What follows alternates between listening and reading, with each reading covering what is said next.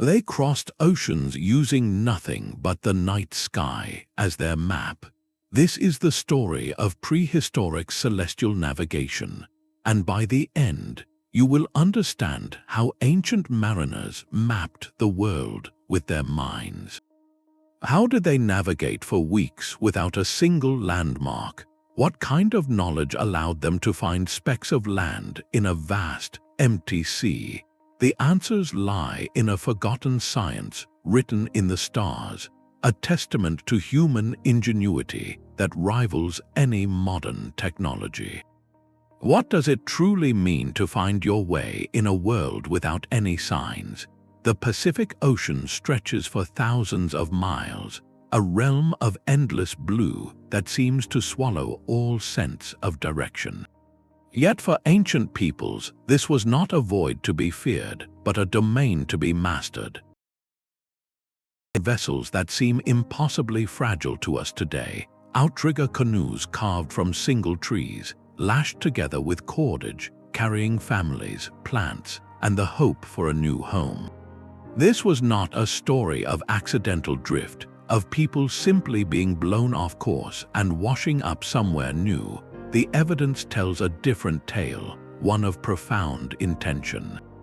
When archaeologists uncover the distinctive pottery of the Lapita culture on islands separated by vast stretches of open water, they are finding the breadcrumbs of a deliberate, expanding civilization.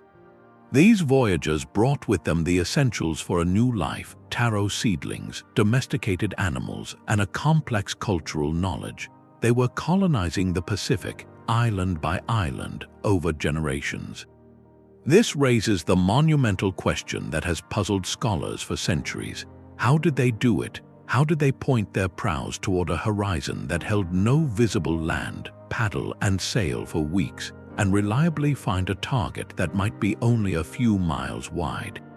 The solution was not found in any instrument they could hold in their hands. It was written across the dome of the night sky, in the consistent, predictable motions of stars that never failed them. To understand their journey, we must first learn to look up as they did. The sky above them was not a random scattering of lights.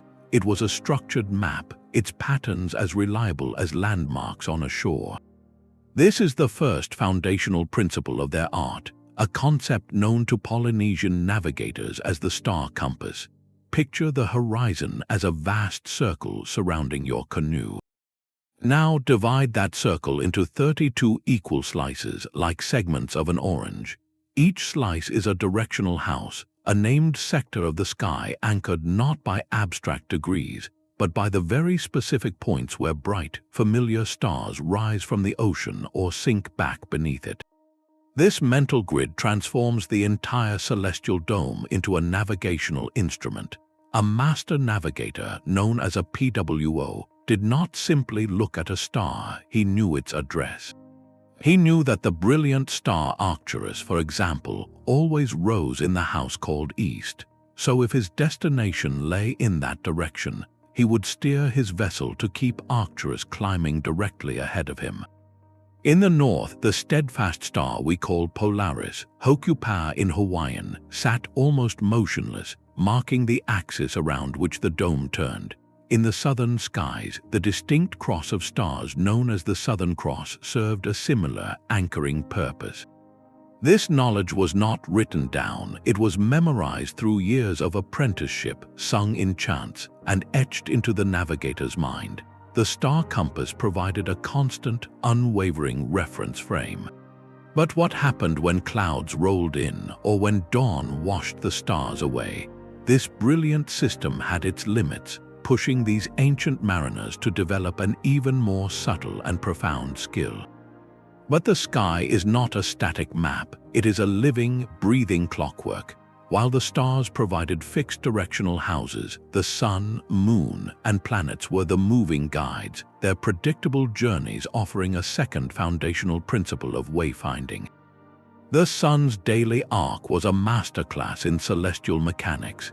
Ancient mariners knew its precise rising and setting points shifted with the seasons, painting a slow, reliable pendulum swing across the horizon.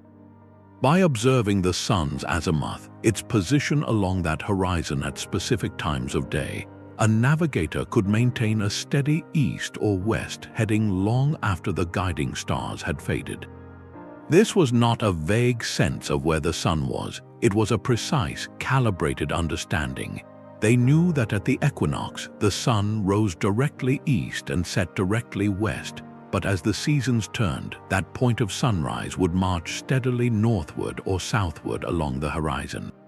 This knowledge was woven into their oral calendars, a mental almanac that told them not just the time of year, but the expected behavior of their primary daytime beacon. The moon added another layer of sophisticated timing. Its phases provided a nightly calendar, a 29-and-a-half-day cycle that helped mark the passage of time on long voyages. More than just a clock, the moon's own path across the sky, different from the sun's, gave another set of directional cues, especially when it shone brightly in a starless portion of the night. And then there were the wanderers, the planets. To the Polynesians, Venus was not just a dot of light. It was Hōkūleʻa, the great star, a brilliant marker that could dominate the dawn or dusk sky. Knowing its cyclical appearances and disappearances allowed a navigator to use it as a temporary but incredibly bright guidepost. This entire system required a deep, generational understanding of cycles within cycles. It was dynamic navigation, a constant conversation with the heavens. A master wayfinder did not simply follow a single star. He held a four-dimensional model in his mind, tracking where each celestial body should be, comparing it to where it was, and making tiny corrections to his course.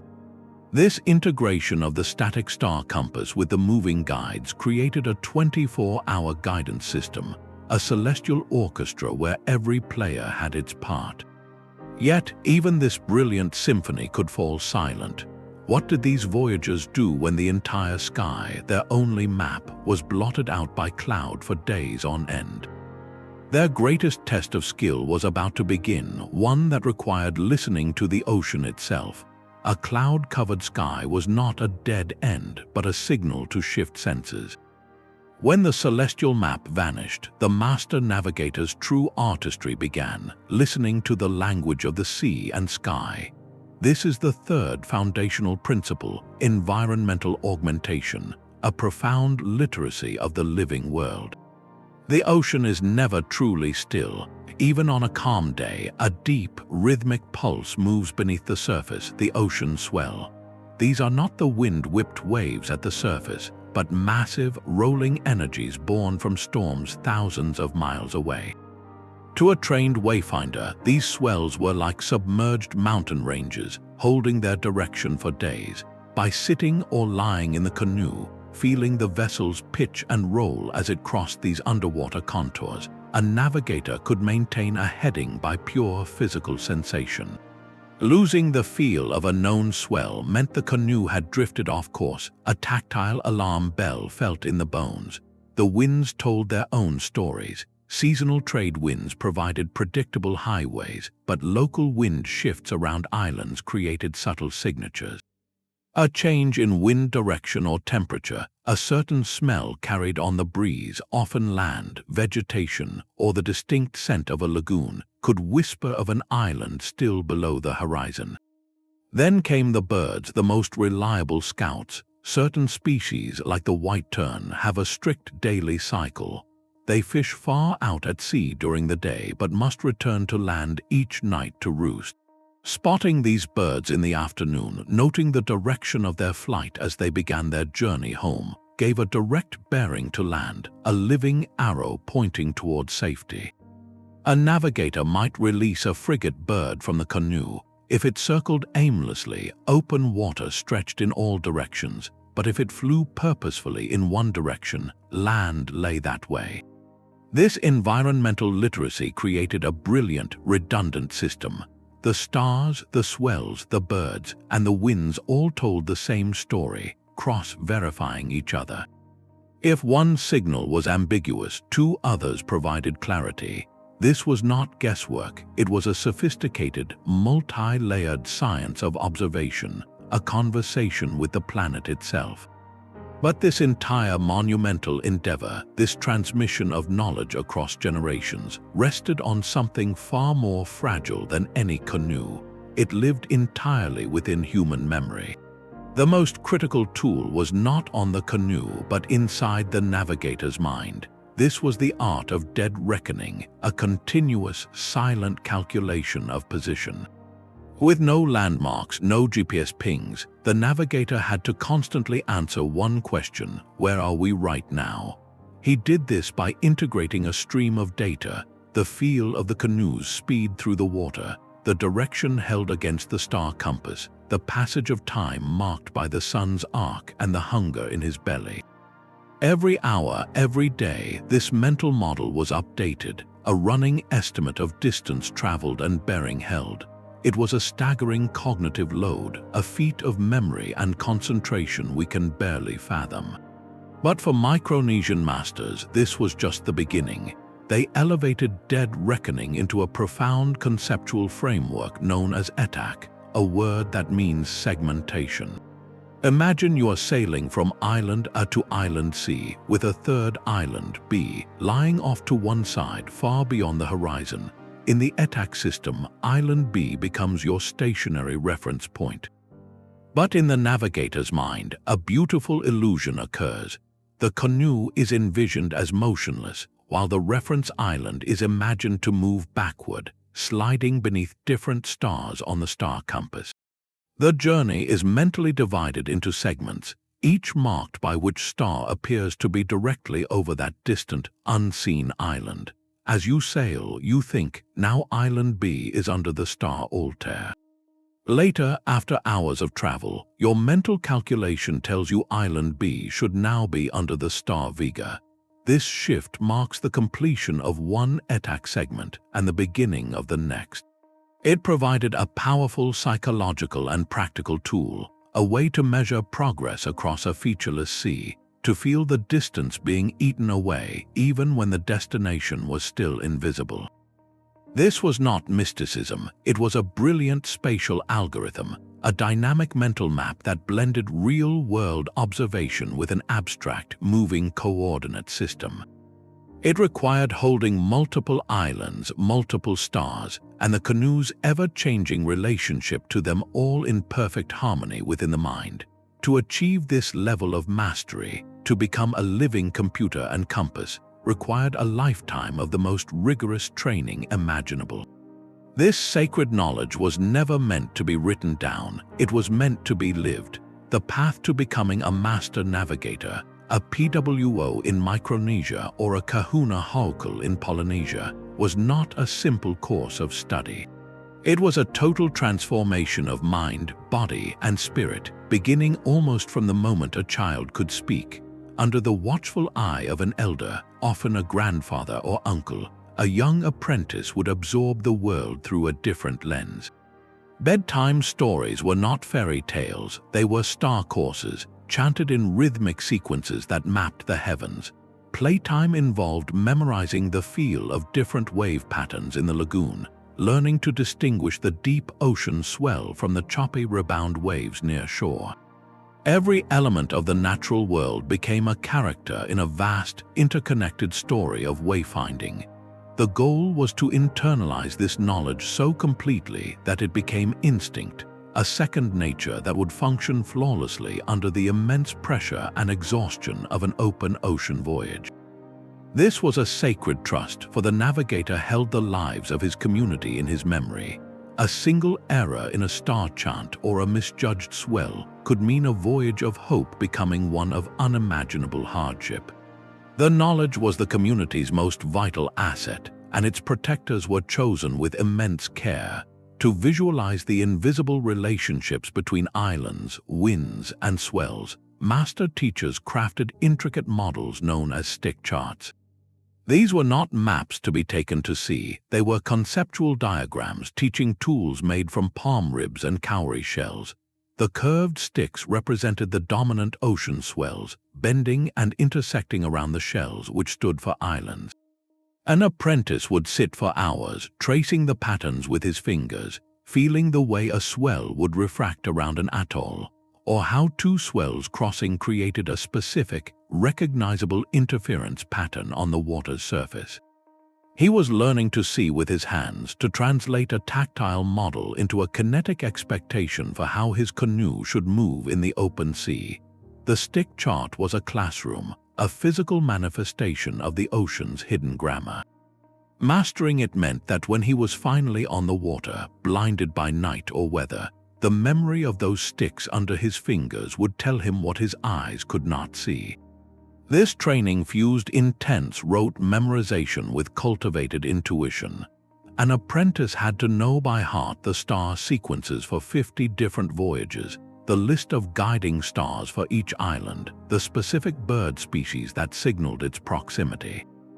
But he also had to develop a feel for the sea, a quiet sensitivity to subtle shifts in wind moisture or the behavior of clouds on the horizon. Discipline was absolute, for a wandering mind was a dangerous one. The navigator learned to function on minimal sleep, to maintain his concentration for days, to separate his own fears and desires from the pure data stream of the environment. His role was that of a living instrument calibrated by generations of wisdom. This entire system was more than a technical skill set, it was a profound spiritual covenant. The navigator did not conquer the ocean, he communed with it. He understood himself as part of an unbroken chain, a steward of knowledge gifted by the ancestors and the gods. Chants often began with invocations, asking for clarity of sight and safety of passage.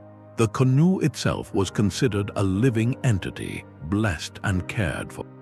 This spiritual dimension was not separate from the practical. It was the foundation that gave the navigator the mental fortitude to trust his knowledge when all visible signs were gone. It was the source of the confidence needed to point the prow into the emptiness, believing utterly in the memory of his teachers and the truth of the stars. For centuries, this esoteric knowledge was passed silently from one generation to the next, a glowing ember of understanding kept alive in a few chosen minds. It was a living library that nearly closed forever with the arrival of modern ships and charts. Yet, in a remarkable story of cultural revival, that ember was found and gently fanned back into flame. In the late 20th century, a new generation sought out the last surviving master navigators, men like Piailug from the tiny island of Satawal, and pleaded with them to share what the world was about to lose forever. What happened next would prove, beyond any doubt, that this ancient science was not just legend, but a living, working reality capable of guiding a vessel across the greatest ocean on Earth.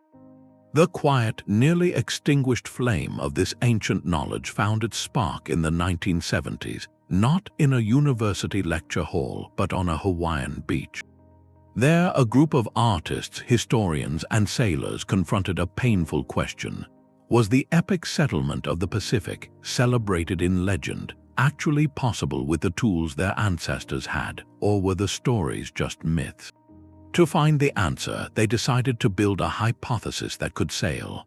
They constructed a double-hulled voyaging canoe, using only materials and designs known to be available before European contact. They named it Hōkūleʻa, Star of Gladness, after the zenith star that passes directly over Hawaii. This vessel was not a replica for a museum. It was a living laboratory, and its mission was audacious. It would sail the 2,500 nautical miles from Hawaii to Tahiti using no modern instruments, no compass, no sextant, and certainly no GPS. The only map would be the one held in a navigator's mind. The problem was, in all of Polynesia, that mind no longer existed. The knowledge chain had been broken. The solution came from across the sea, from a man who carried the last living ember of that knowledge. His name was Piailug, a master navigator from the tiny Micronesian island of Satawal. He was a PWO, initiated in the sacred traditions of wave, wind, and star. When the Hawaiian voyagers found him and explained their mission, he saw not just a sailing trip, but a chance to revive a dying art for a people who had lost it. He agreed to guide them. In the spring of 1976, with Mao as the sole navigator, Hōkūleʻa set sail into the open ocean. The world watched with a mixture of hope and deep skepticism. Could this man, using techniques from a pre-literate age, really find a speck of land in that vastness? For 31 days, Piailug sat on the deck, rarely sleeping. He tracked the sun by day, the rising and setting stars by night. He felt the long ocean swells through the hulls, watched the flight patterns of birds, and maintained his mental model of Etak, segmenting the voyage by the moving reference of unseen islands. He was conducting a continuous, silent calculation, updating the canoe's position in his head with every hour that passed. When land was finally sighted, it was not by accident. Hōkūleʻa arrived at the island of Matava and then Tahiti with breathtaking precision. The Navigator had delivered them. The emotional impact was seismic.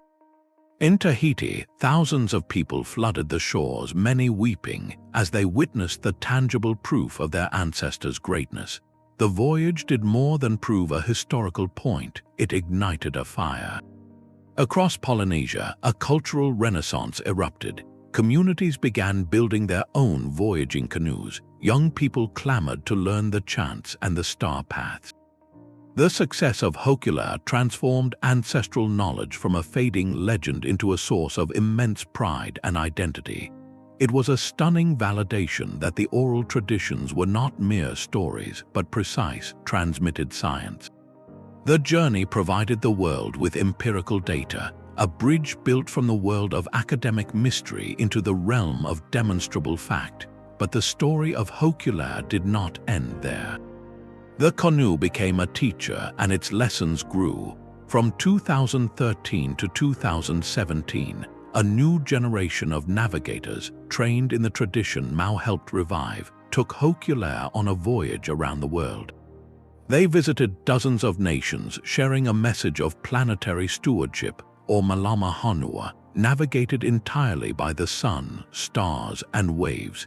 Each leg of this global journey was another data point, another proof of concept under vastly different skies and seas. This modern revival forces us to reconsider the capabilities of ancient cultures everywhere. If Polynesian navigators could map an ocean covering a third of the Earth using only their senses and their memory, what other forgotten sciences, what other profound understandings of the natural world have been lost to time? The story of celestial navigation is not locked in the past.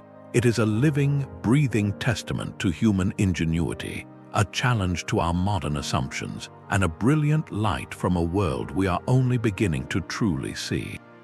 The brilliance of Polynesian navigation was not a solitary light in human history.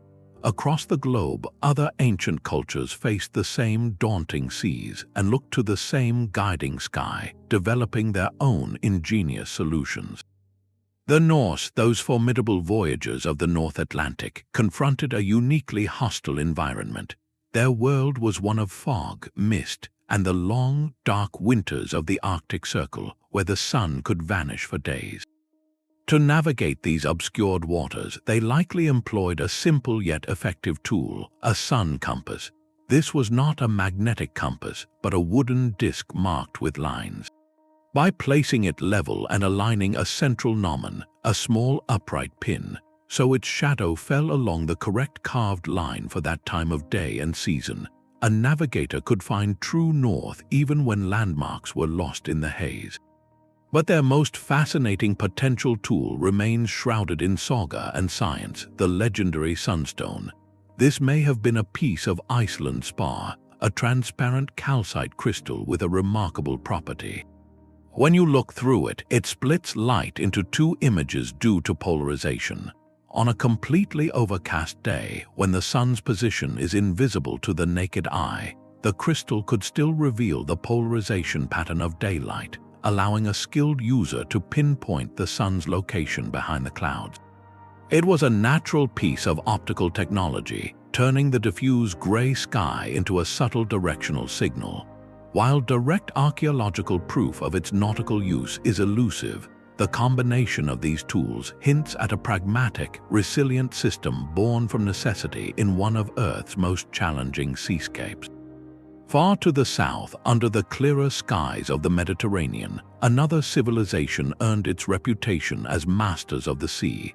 The Phoenicians were not just coastal traders, they were deep-water pioneers famed for their daring night voyages. Classical historians like Strabo wrote with awe of their ability to sail from the Levant to the tin-rich islands of Britain, a journey that demanded long stretches out of sight of any coast. Their primary guide was the constellation we call Ursa Major, the Great Bear, which they knew as the Phoenician Star. By keeping this familiar, circling constellation on their left-hand side as they sailed west through the Strait of Gibraltar and up the Atlantic coast, they maintained a steady northerly bearing. This stellar highway allowed them to trade and explore with a consistency that built a mercantile empire. Their celestial knowledge was so integral that it passed into Greek and Roman lore, becoming a foundational stone of Western navigation. What emerges from comparing these scattered cultures, from the Pacific to the Atlantic to the Mediterranean, is a powerful pattern of convergent ingenuity. Separated by vast distances and millennia, they all arrived at the same fundamental conclusion. The open ocean was not a barrier but a pathway, and the map to navigate it was inscribed in the heavens above and reflected in the waters below. The Polynesian star compass, the Norse sunstone, the Phoenician bear, these are not isolated curiosities. They are independent chapters in a single, global human story, a story of observation, memory, and the courageous application of knowledge against the immense unknown. This universal response points to a deeper truth. Our ancestors were not passive inhabitants of their world, but active, brilliant decoders of its patterns. Their legacy sets the stage for a final, tangible question. Beyond the knowledge held in the mind, what physical objects, what crafted tools, did these ancient mariners actually hold in their hands to translate celestial theory into a lived, navigated reality? The knowledge lived in the mind and the sea, but did it leave any mark on stone? While ancient canoes have long since returned to the earth, and the master navigators themselves have passed into legend, scattered across the globe are silent, enduring testimonies carved into rock. These are the fragmented pages of a lost manual, offering tantalizing clues that prehistoric mariners did more than memorize the sky, they recorded its essence. In coastal regions from Scandinavia to the Pacific Islands, petroglyphs etched into cliff faces and boulders tell a cryptic story. Among the common depictions of ships and animals are more enigmatic symbols, spirals that may chart the movement of stars, concentric circles that could represent important constellations, and precise arrangements of cup marks that align with the rising points of the sun at solstices. These are not random scribbles, they are deliberate compositions, a permanent astronomy etched into the landscape. A navigator training on a remote beach might have used these carvings as a teaching aid, tracing the star paths with a finger, connecting the stone symbols to the living sky above. The rock art served as an immutable reference, a communal memory bank where celestial knowledge was made visible and could be passed down across generations who would never meet the original artist. It transforms the very coastline into a classroom, suggesting that the science of wayfinding was woven into the cultural bedrock of these seafaring societies. But one artifact stands apart, not as a carving on a cliff, but as a breathtaking, portable masterpiece of Bronze Age cosmology. Discovered in Germany, the Nebra sky disk is a stunning bronze disk inlaid with gold symbols. Dated to around 1600 years before the Common Era, it depicts a crescent moon, a full moon or sun, and a cluster of stars that likely represents the Pleiades. Along its edges are golden arcs that scholars interpret as marking the solstice sunrises and sunsets. Most evocative of all is a golden boat, a solar barge, sailing along the bottom rim. This object is not a navigational tool in the practical sense. You could not hold it up to the sky at sea, but it is something perhaps more profound, a ritual object that codifies an advanced understanding of cyclical time. The presence of the Pleiades is particularly telling, as this star cluster has been used by agricultural and maritime cultures worldwide as a seasonal marker, its heliacal rising signaling the time to plant or, crucially, the start of the safe voyaging season. The disk synthesizes celestial observation into a sacred map, linking the cycles of the heavens to the rhythms of human life, which for a coastal people would have been dictated by the sea. It represents the intellectual foundation upon which practical navigation was built, a deep cultural belief that the sky was a readable, orderly system. These material clues, from simple petroglyphs to the magnificent Nebra disk, force us to look at all ancient artifacts with new questions. Could a pattern on a piece of pottery be a simplified star chart? Might the alignment of a tomb or temple also serve as a terrestrial marker for a celestial event important to sailors?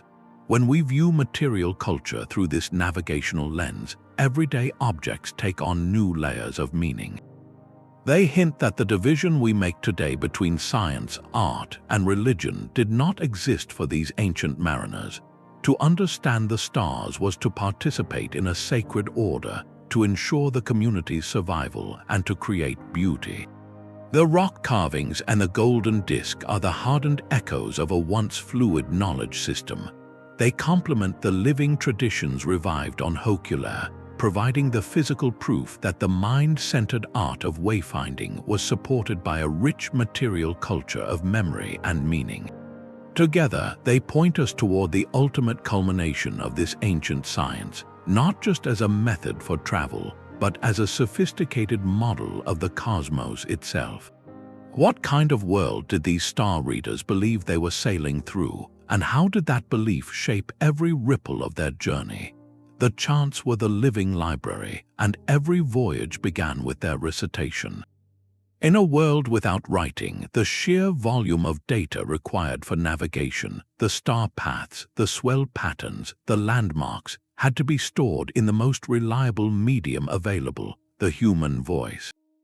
Polynesian navigators did not carry scrolls or charts. They carried holy, rhythmic, poetic chants that were far more than entertainment. These were meticulously structured technical manuals, set to a specific meter and melody because the human brain remembers song far better than it remembers prose. An ole for a voyage from Hawaii to Tahiti would not simply tell a story. It would list in precise order the sequence of guiding stars for each night of the journey. It might describe the exact shade of deep indigo the ocean turns when you are above a particular submerged seamount, or note that as you approach a certain atoll, the scent of pandanus blossoms carried on the wind arrives before the land is visible.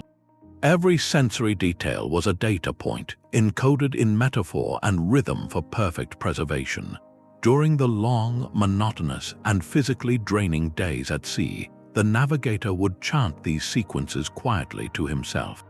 The rhythm served a dual purpose. It reinforced the memory pathway, and its steady beat helped mark the passage of time, becoming a metronome for the journey itself. This was an oral technology of astonishing sophistication. The structure prevented corruption. A misremembered word would break the rhythm and sound wrong, signaling an error. It allowed for the accurate transmission of complex, multi-step processes across generations, from teacher to apprentice, without a single symbol ever being written down. This system was so resilient that it preserved routes and knowledge for centuries, through wars, migrations, and natural disasters. It underscores a profound truth about these ancient mariners. Their greatest tool was not the canoe or the sail, but their cultivated collective memory. Navigation was an intellectual art, a high-stakes performance of memorized data where a mistake was not a bad grade, but a potential tragedy. The chants connected the practical to the sacred, often beginning with invocations to ancestors and gods, framing the entire endeavor as a covenant with the cosmos. To know the chant was to hold a piece of the world's order in your mind. and to recite it correctly was to align yourself with that order, steering not just by the stars, but by the very breath and wisdom of those who had sailed the path before. This profound connection to the cosmos was not merely a navigational aid, it was the very fabric of their reality. For these voyagers, the ocean was not an empty space to be crossed, but a living, sacred realm pulsing with divine presence. Every island they sought was believed to have been pulled from the depths by the demigod Maui, a tangible gift from the ancestors. The sky itself was the domain of Wayfinding, the Sky Father, whose children were the stars they steered by. This was not mythology in a separate book, it was the operational manual for existence.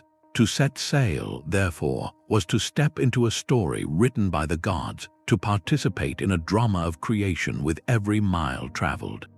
This spiritual cosmology provided the ultimate why, transforming a physically perilous journey into a purposeful, sacred mission. It answered the terrifying question of what lay beyond the horizon with a powerful narrative. It was the home of our ancestors, the work of our gods, and therefore our rightful destination. This belief system did not replace practical skill, it empowered it. The navigator was far more than a technician of the stars. He was a chosen mediator, a priest of the sea. His rigorous training included spiritual disciplines, for his mind needed to be a clear channel, free from personal doubt or distraction, to correctly interpret the signs from the divine realm. Before any voyage, elaborate rituals were performed, canoes were blessed, offerings were made to deities of the ocean and wind, and navigators underwent purification. These ceremonies were not superstition, they were a critical psychological and communal process. They formally asked for protection and favor, but they also solidified the crew's unity and purpose, placing their individual lives within a larger, protected narrative. Success in finding land was never seen as just a feat of human skill. It was interpreted as a sign of spiritual alignment, proof that the community had acted in accordance with the will of the ancestors and the natural order. This framework provided an immense psychological advantage. On a voyage that could last for weeks, where fatigue and fear were constant enemies, the belief that you were sailing with the gods, not against an indifferent sea, was a profound source of resilience. When clouds blotted out the stars for days, it was not just a navigational problem. It could be a spiritual test, a call for even greater focus and reverence. This worldview managed the unmanageable stress of the unknown. It transformed potential despair into steadfast purpose. To understand these voyages only as feats of engineering and astronomy is to miss their heart. They were endeavors of the soul. The canoe was a temple, the ocean an altar, and the destination a promise made by the divine. This deep spiritual context forces us to reconsider the very nature of exploration. For these cultures, discovery was not about claiming something new, but about reuniting with something eternally old, a home remembered in chants and stars. It was an act of faith written in courage and wood, guided by a sky they believed was watching back. This incredible mental and spiritual fortitude raises a final, humbling question, one that brings their achievement into our own modern context. What was the true human cost of this celestial science, and what echoes of their silent, star-lit journeys can we still hear in our world today?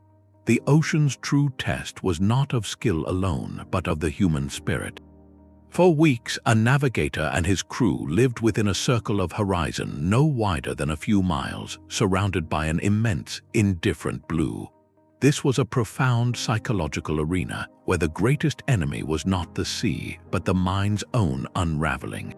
The physical hardships were relentless, constant exposure to sun and salt, limited fresh water, the ache of muscles from bailing and steering, but these were mere backdrop to the mental marathon.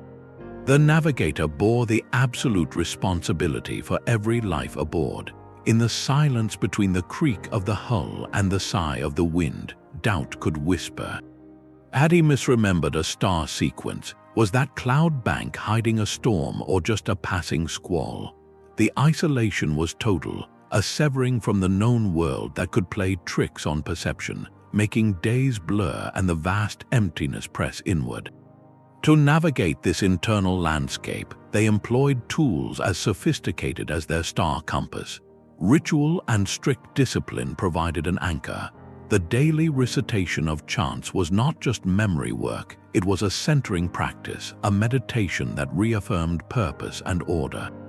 The very structure of the Etak system, with its segmented progress, served a crucial psychological function. It broke the monumental, terrifying distance into manageable, countable pieces. Instead of facing a 1,000-mile void, the navigator focused only on completing the current segment, on moving the reference island from one star to the next. This provided a sense of control and achievement, a way to measure advancement when the eyes saw only sameness. It prevented the despair of feeling lost in an endless present. Modern cognitive science now recognizes this as a form of extreme resilience, the ability to maintain what is called active working memory and executive function under conditions of severe sleep deprivation and sensory monotony.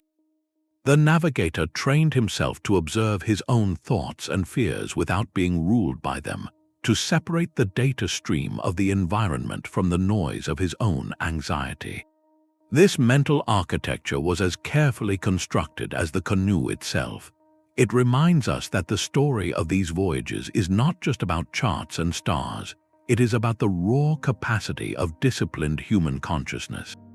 These individuals were elite athletes of the mind, whose greatest feat was holding a tiny, hopeful course in a universe of blue, guided by a map they alone could see. Their success forged new worlds, leaving a permanent signature on the planet itself, written not in ink, but in the very distribution of human life across the globe. Their map was not drawn on parchment, but woven from memory and meaning. To understand how a navigator held the entire Pacific in his mind, we must abandon our modern idea of a map as a scaled-down picture of the world. Theirs was a living, relational web, a cognitive atlas built from star paths and sensory signatures. An island was not a dot with a name, it was a complex nexus of information. Its location was defined by a celestial address, a phrase like, "Tahiti lies where the star Arcturus sets," but that was just the starting point. The true profile of that island was a rich, multi-sensory dossier. A master navigator knew that as you approached this particular atoll, the deep ocean swell would begin to refract, creating a specific, recognizable cross pattern on the water's surface. He knew that a certain species of tern, with a flight range of 40 miles, began to appear in the skies at a precise distance from its shores. He could describe the unique color shift of the lagoon, from deep indigo to a luminous turquoise, visible in the clouds long before the land itself broke the horizon. He might even know the distinct smell of its flowering vegetation carried on the offshore breeze. This was not just navigation, it was deep ecological intimacy. Each island became a unique character in a vast oceanic story, recognized by its habits, its sounds, and its feel.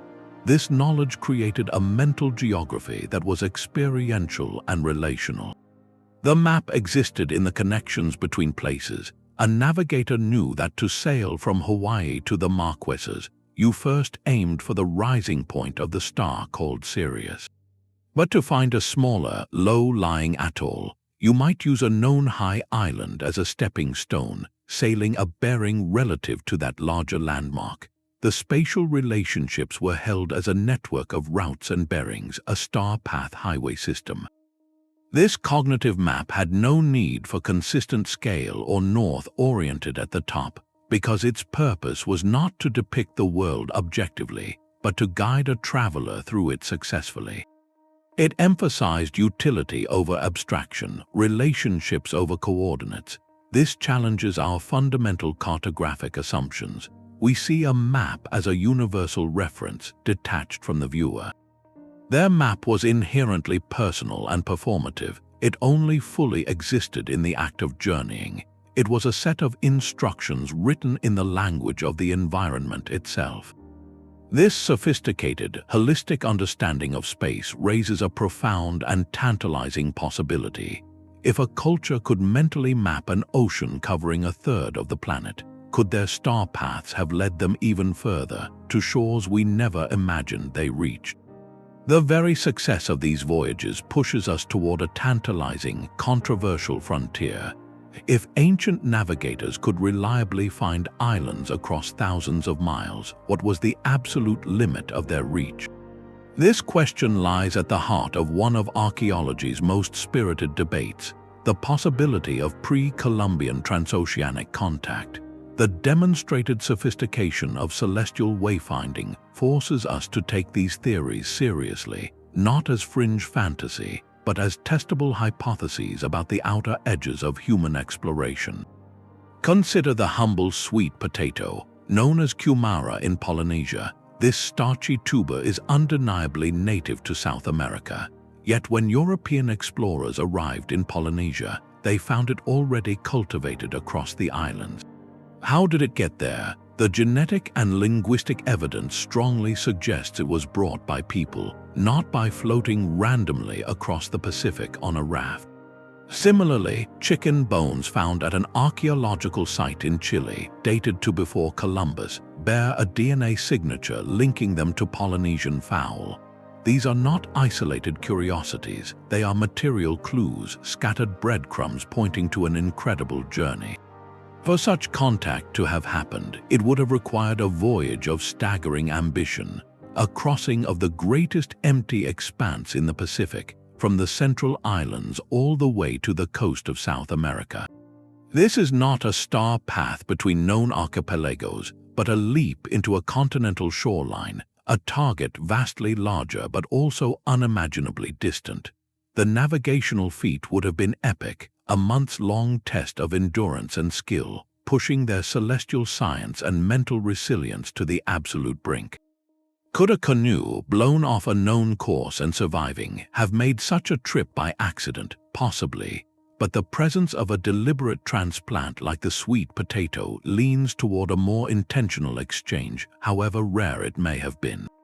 This opens a door to even wider speculations, whispers of earlier, more enigmatic contacts across other oceans, stories of similar botanical exchanges or stylistic parallels in artifacts fuel theories about ancient voyages across the Atlantic. While these remain highly speculative and lack the converging evidence of the Polynesian case, they are propelled by the same central realization. Our ancestors were far more capable than our textbooks often assumed. Mainstream scholarship rightly demands high standards of proof, and many of these broader claims remain in the realm of intriguing possibility rather than settled fact. Yet the revival of traditional navigation has fundamentally changed the conversation. We can no longer dismiss such ideas simply by saying they didn't have the technology. We now know unequivocally that they did. The controversy itself is illuminating. It highlights the boundary-pushing potential inherent in these ancient techniques. It forces us to ask not just what they did achieve, but what they could achieve under the right confluence of motivation, knowledge, and environmental luck. This debate also invites a deeper consideration of the ocean itself as a changing partner. Sea levels, current patterns, and even the frequency of storms have shifted over millennia. A route that seems impossibly difficult today might have been more feasible during a different climatic era, with more favorable winds or chain of islands that are now submerged. The story of celestial navigation is not a closed book with a fixed ending. It is an open-ended testament to human ingenuity, reminding us that the maps of the past may have contained continents we have yet to fully rediscover. The sky they relied upon was not a permanent fixture. Over the slow march of centuries, the very dome of stars would subtly shift, a phenomenon known as the precession of the Earth's axis. Imagine the spinning top of our planet wobbling in a slow, grand circle, completing one full rotation every 26,000 years. This cosmic wobble means the celestial poles, those fixed points around which the stars appear to turn, gradually drift across the constellations. For us today, the North Pole star is Polaris, a steady beacon in the tail of the Little Bear. But sail with an ancient Greek mariner 3,000 years ago, and he would have steered by a different light, the star Thuban in the constellation Draco. For the early Polynesian voyagers looking south, the situation was even more challenging, as their celestial pole rested in a dark void, lacking any bright star to mark the axis. This presented a profound generational puzzle. The star compass, that mental grid of 32 directional houses, was anchored by these rising and setting points.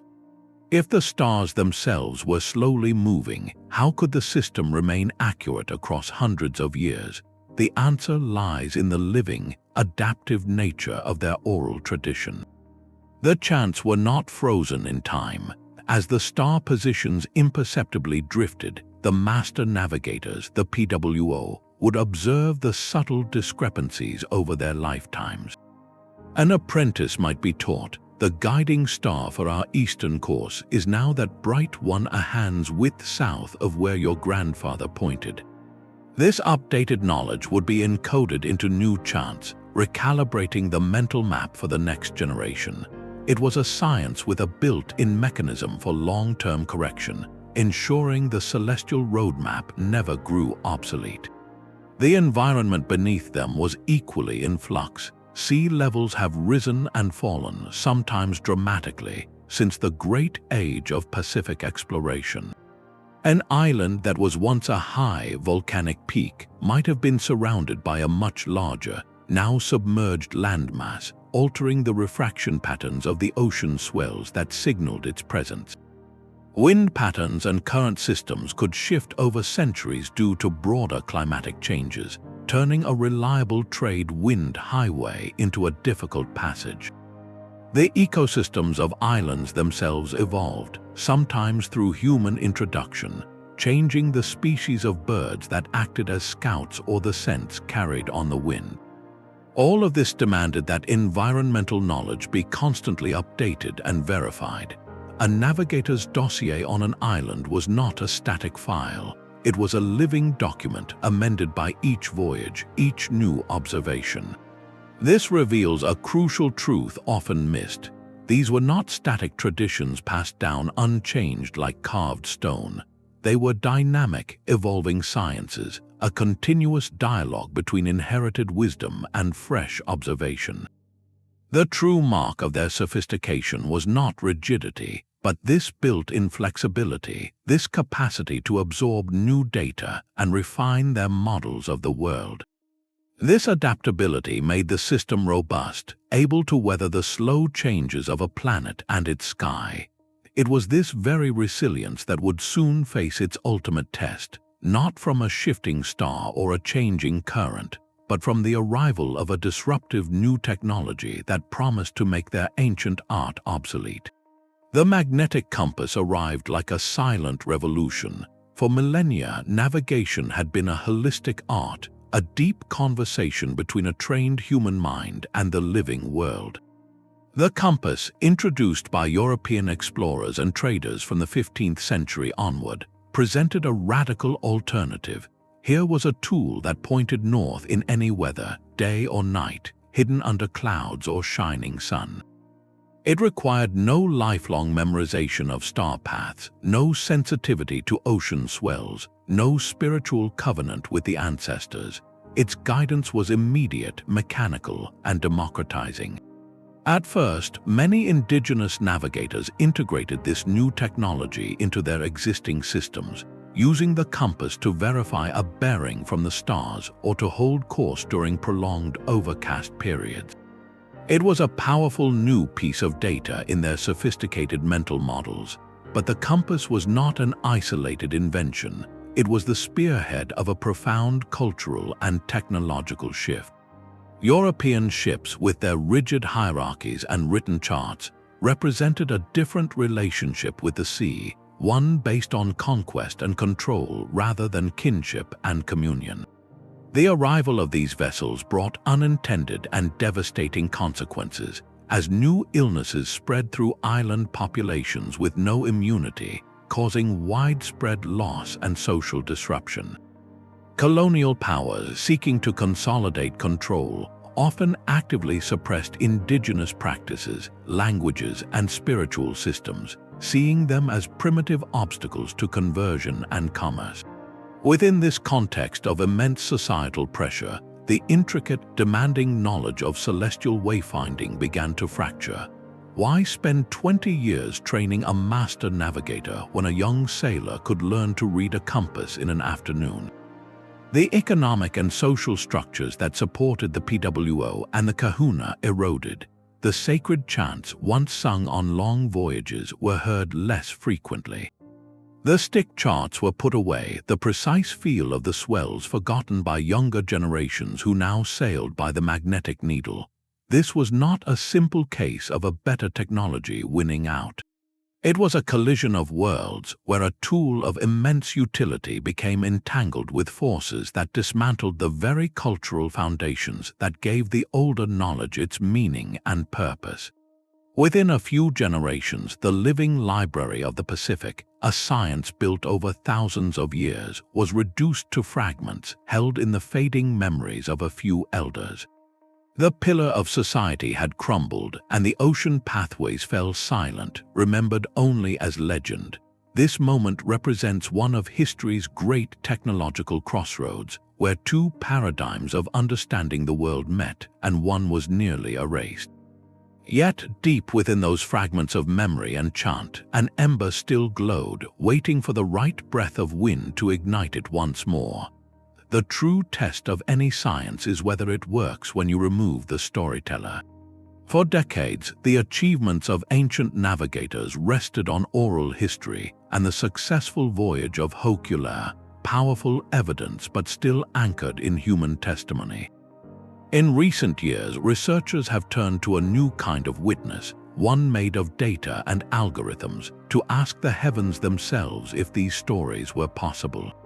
They feed parameters into computer models, ancient star positions, known ocean currents, the sailing characteristics of replica canoes, and hit-run. The results are not speculative, they are mathematical confirmations. When an oral chant describes steering by the rising of the star Sirius for the first 5 nights of a voyage from Hawaii to Tahiti, astronomy software can rewind the sky to the year 1200. It shows that Sirius did indeed rise at the precise bearing needed to set that initial course. The chants are not poetic metaphors, they are encrypted flight plans, each line a verified celestial waypoint. Oceanographers map the deep, long-period swells of the Pacific, the very ones navigators describe feeling through the hull. Their models show these swell trains are remarkably stable, holding their direction for weeks, exactly as the traditional knowledge claims. They are not random waves, but submerged highways with constant headings. This transforms the navigator's skill from a mystical feeling into a literate reading of the ocean's own persistent pulse. The most profound validation, however, comes from putting the human mind back in the loop. On training voyages with modern tracking, master navigators using only traditional methods have demonstrated a level of accuracy that defies belief. After sailing for weeks across 2,000 kilometers of open ocean with no instruments, their mental dead reckoning has placed them not just in the right general area, but within a mere 20 or 30 kilometers of their target island, well within the visual range of its bird scouts and cloud signs. This margin of error is smaller than many modern sailors achieve with basic instruments. It is a staggering feat of continuous cognitive calculation. This convergence of evidence, from silicon chips to star charts to the proven performance of living practitioners, settles the historical debate decisively. These techniques were not hopeful superstitions or lucky accidents. They constituted a robust, reproducible technology, as sophisticated in its context as any satellite array is in ours. It was a technology built from memory, refined observation, and an unparalleled intimacy with the natural world. This empirical backing does more than verify the past, it gives us a new lens for seeing it. We can now look at the archaeological record with greater confidence, understanding that a potsherd found on a remote island is not a mystery, but the expected result of a repeatable, science-based process of exploration. It reshapes our timeline of human capability, suggesting that the map of the ancient world may have been connected by threads of knowledge far stronger and more deliberate than we ever dared to believe. The same stars that guided canoes across open water also watched over great stone observatories on land. This deep human impulse to read the heavens was not confined to the sea. From the stepped pyramids of the Maya, precisely aligned to the solstice sun, to the Babylonian clay tablets recording the movements of Venus, to the intricate songlines of Aboriginal Australians that map the land using constellations as waypoints, cultures worldwide turned their eyes upward. They were all solving different versions of the same fundamental puzzle: how to impose order on time and space using the only truly universal reference frame, the cosmos.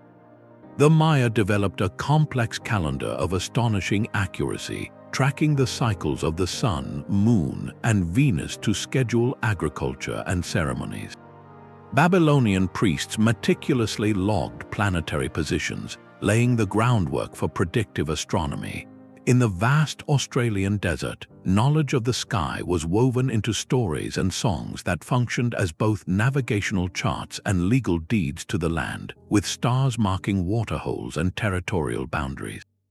While the Maya used their observations to build a sacred calendar and the Babylonians to predict omens, the Polynesian navigator used his to find a single island in 1,000,000 square miles of ocean. The core intellectual act was identical, careful, long-term observation leading to a predictive model of celestial motion. The environment dictated the application. On land, the stakes were often about timing, knowing when to plant, when to harvest, when to hold a ceremony to maintain cosmic harmony. On the open ocean, the stakes were immediate survival, a direct and constant test of the model's accuracy with no margin for error.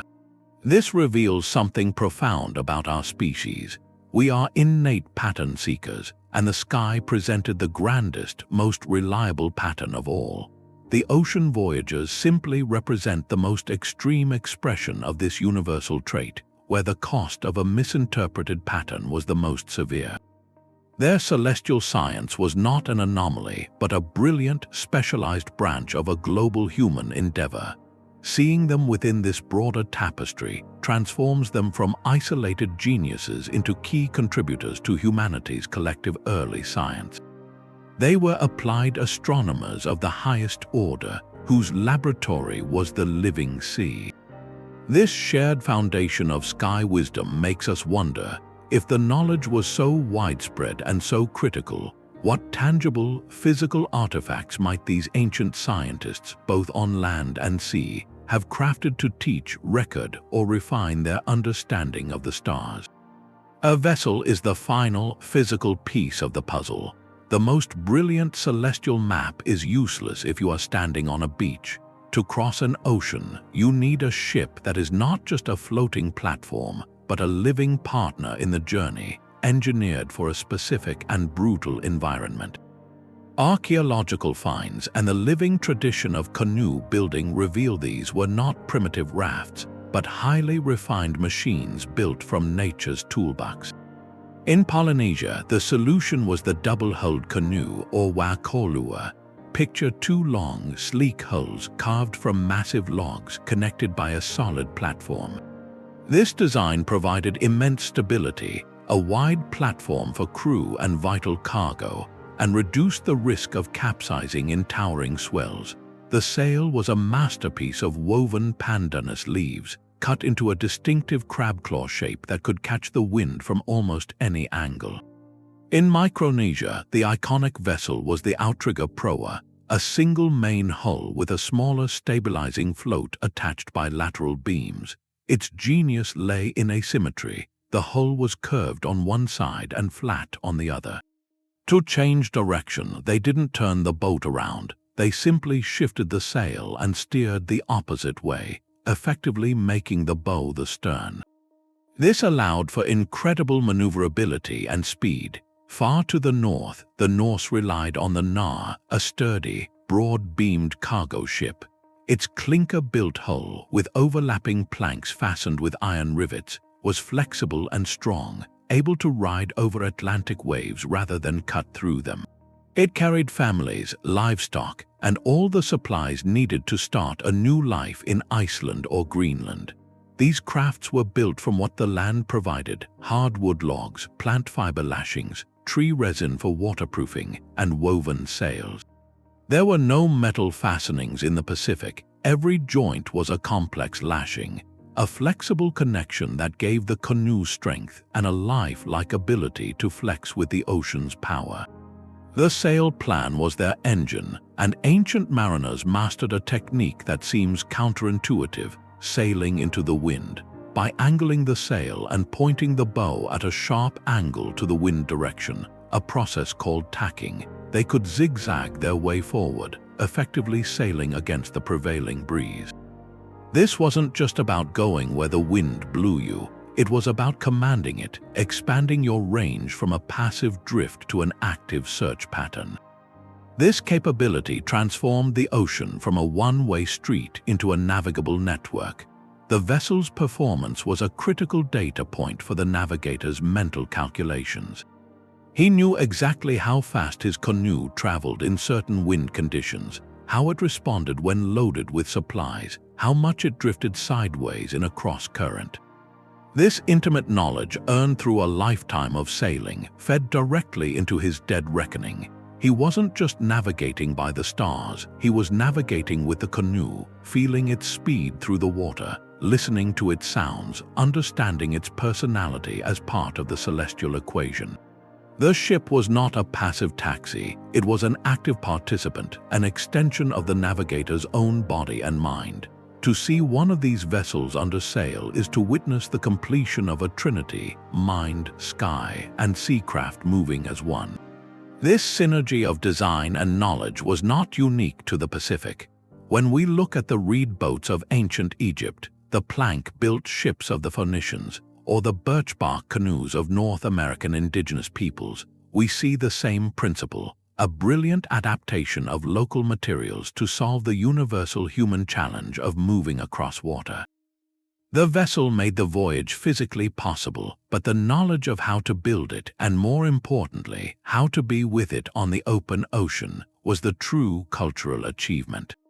This tangible connection to the craft brings us to the human scale of the story, to the quiet, personal realities of life aboard these extraordinary ships.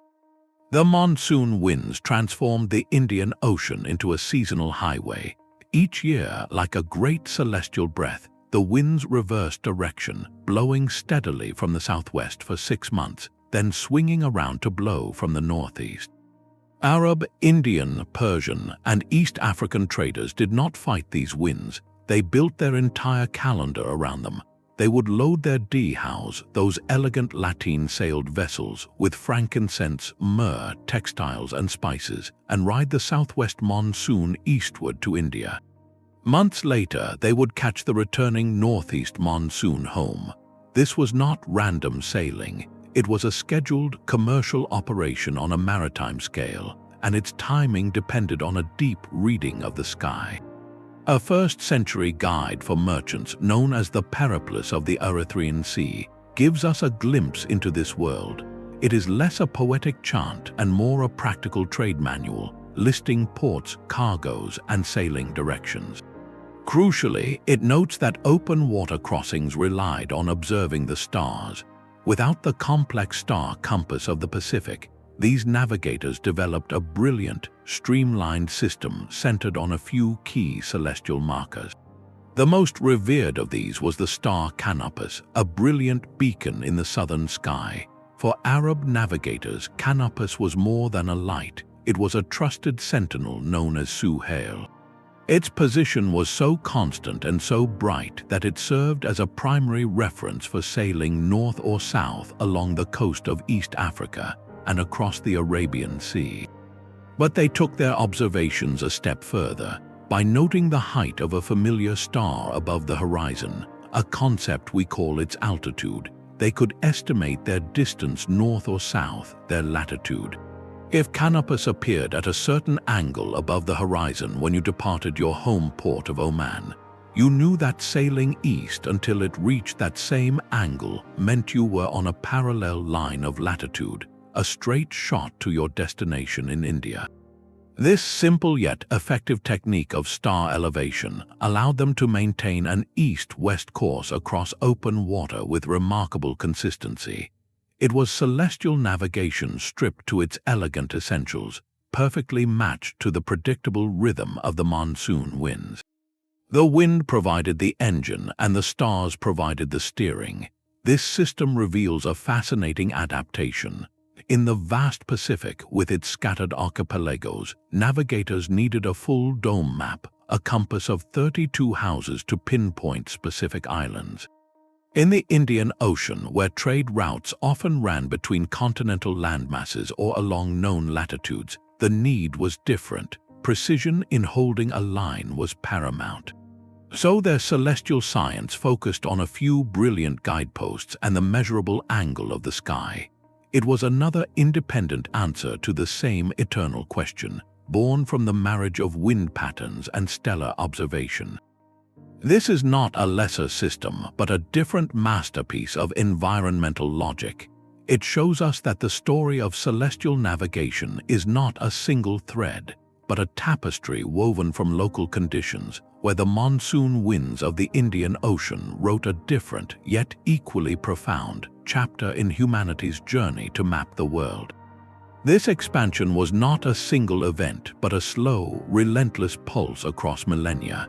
The story of the Pacific settlement is a timeline written in pottery shards, language trees, and the silent testimony of the stars themselves. It began in the islands of near Oceania, places like New Guinea and the Solomons, where people had lived for tens of thousands of years. But around 3,500 years ago, something extraordinary happened. A culture we call the Lapita, identified by their distinctive dentate-stamped pottery, looked eastward. They pointed their outrigger canoes toward horizons where no land was visible, trusting in the celestial knowledge they carried. This was the leap into remote Oceania, the vast island-scattered void of the central Pacific. Using the stars as their guide, they found and settled the archipelagos of Fiji, Samoa, and Tonga. This was not a haphazard drift, for they brought with them a complete cultural package: plants like taro and breadfruit, domesticated animals, and their unique pottery style. Each successful voyage created a new node in a growing network, a beachhead for the next generation of star-guided explorers. After a pause of nearly 1,000 years, a second, even more audacious wave of exploration surged from this central Polynesian homeland. This is the great Polynesian expansion that would fill the vast Polynesian Triangle, a region larger than the continent of Europe. From a hub believed to be in the Society Islands, voyagers again looked to the heavens. Sailing north, they followed the path of the star Hōkūleʻa, our Polaris, navigating across more than 2,500 miles of open ocean to find the high volcanic islands of Hawaii. To the southeast, they steered toward the rising of the star Sirius, pushing against prevailing winds and currents in one of the most difficult feats of exploration, to settle the most isolated inhabited place on Earth, Rapa Nui, Easter Island. And in the southwest, they navigated by the setting Southern Cross and the Magellanic Clouds, venturing into cooler, stormier latitudes to reach the twin islands of Aotearoa, New Zealand. Each of these legs represents a voyage of weeks, sometimes months, across distances that stagger the modern mind. The timeline itself tells a powerful story. The Lapita movement into the Central Pacific was largely complete by around 500 years before the Common Era. the great Polynesian dispersal to the corners of the triangle culminated between 1000 and 1200 of the Common Era. This pattern reveals a deliberate, strategic colonization. It was not a frantic scattering, but a patient, generational project. Successful voyages would be remembered in chants, their star paths becoming formalized routes. A new settlement would grow for a few centuries, its population expanding until resources or social pressures prompted another exploratory voyage, launching from a place of established knowledge into the unknown once more. This stepwise expansion, each leap building on the last, required the preservation and refinement of navigational science across hundreds of generations. The star compass was not a static tool. It was a growing library with new star paths added for each newly discovered island group, then memorized and passed down. The settlement of the Pacific, therefore, is the ultimate proof of concept for this ancient science. It is the map of their success, a demographic experiment conducted on a planetary scale, where the only variable guiding humanity to these tiny, scattered dots of land was a profound and disciplined reading of the night sky. This timeline forces a humbling realization that long before European maps claimed to chart the world, another civilization had already mentally mapped and physically settled 1/3 of it, using a technology that left no physical trace except for the people themselves, living proof upon the shores. Every star path and ocean swell had its own precise name. The specialized vocabulary of the navigator was not just a list of words, it was the operating system of his entire science, a finely tuned language that allowed him to think with absolute clarity about an immense and fluid world. In Hawaiian, the term Hōkūleʻa does not simply mean directions. It refers to the pillars, the foundational houses of the star compass, the 32 fixed sectors of the horizon where specific stars rise and set. This transforms the sky from a vague expanse into an architectural structure, a mental building with named rooms. The steering paddle was not just a piece of wood, it was the Hōkūleʻa, the implement that physically connected the navigator's celestial calculations to the water, turning abstract bearings into a wake behind the canoe. In the Carolinian tradition of Micronesia, the star compass itself is called Pukof, a conceptual framework so vital it required its own foundational term. And the ocean swells, those submerged highways, were not generic waves. A master would know and name specific patterns like Baru, the deep ocean swell, distinguishing it from the choppy, confused water near a reef. This linguistic precision was a matter of survival. On a long voyage, an apprentice needed to understand exactly what his teacher meant. A command had to be unambiguous. Telling a steersman to head toward the Hōkūleʻa where Hōkūleʻa rises was a crystal-clear instruction, not a vague suggestion. This language encoded multidimensional data into a single, efficient package. A term like Etak, which we discussed as a segment of a journey, carries within it the entire conceptual model of a moving reference island and a shifting backdrop of stars. To say the word was to invoke the entire mental algorithm. Studying this terminology is like finding the source code for an ancient piece of software. It reveals the underlying logic, the categories they deemed important enough to name. The language shows that their primary intellectual engagement was not with things, but with relationships and processes, the movement from one star house to another, the feel of one swell pattern giving way to the next. It proves that their sophisticated practice was built upon an equally sophisticated framework of thought, where language shaped understanding and understanding, in turn, refined the language. This linguistic window shows us that the navigator's mind was a place of remarkable order and specificity, where every element of the chaotic natural world had its place and its name, allowing him to compose a reliable course from the symphony of the sea. Even the most skilled navigator could find himself truly lost. The art of wayfinding was brilliant, but it was never a perfect shield against the ocean's immense power and the sky's occasional silence. Prolonged overcast weather, known as Piailug in Hawaiian, was the most feared challenge. When thick clouds blotted out the stars for days or even weeks, the celestial map vanished completely. In these moments, the navigator fell back entirely on his literacy of the sea, feeling for the deep ocean swells to hold a steady course. But here, too, nature could betray him. In stormy conditions, the sea could become a chaotic jumble of conflicting wave trains, the once clear swell patterns dissolving into what navigators described as a confused or drunken ocean. The primary guidance systems, sky and swell, could both fail simultaneously. Oral traditions and chants do not shy away from these moments. They speak openly of voyages where crews became disoriented, where the navigator's mental model could no longer be reconciled with the sensory chaos around them.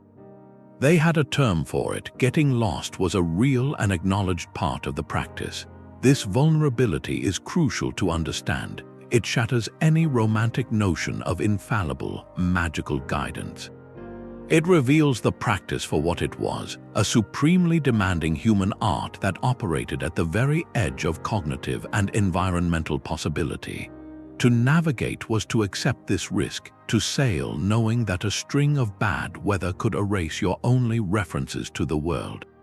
Their brilliance lay not in avoiding this possibility, but in having systematic protocols for recovery. One key technique involved the concept of latitude sailing.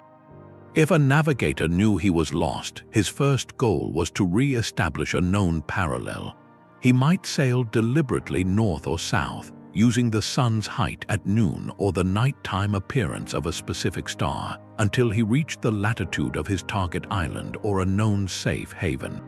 Once on that east-west line, he would then turn and sail directly along it, scanning the horizon and watching for the environmental signs, the bird flights and cloud formations that would signal land. This methodical approach turned panic into procedure. It relied on the redundant layers of their knowledge, the fact that even if you lost your precise longitudinal position, you could still find a line of latitude and follow it home. The conclusion of such an ordeal brought its own unique challenge, a documented phenomenon called landfall dizziness. After weeks or months at sea, with the eyes trained on an endless horizon and the inner ear constantly adjusting to the pitch and roll of the canoe, the solid, unmoving earth could feel profoundly disorienting. Stories tell of navigators and crew members stumbling when they first stepped ashore, their bodies and minds struggling to recalibrate to stability. The ground itself seemed to sway. This physical and psychological effect underscores the total immersion of the voyage, the complete rewiring of perception required to survive it. Acknowledging these limitations does not diminish the navigator's achievements, it elevates them.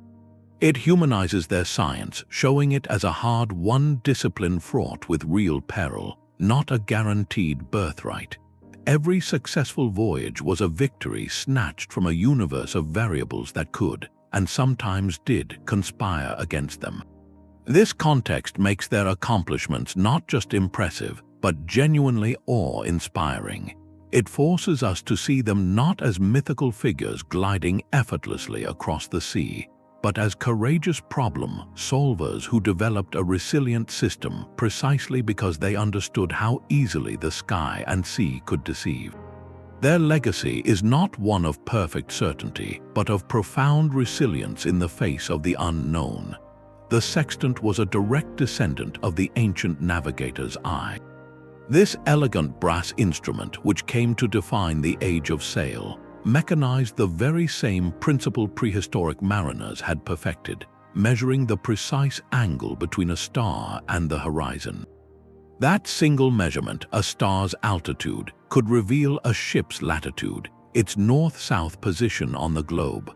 But to turn that angle into a precise location required another ancient innovation, the nautical almanac.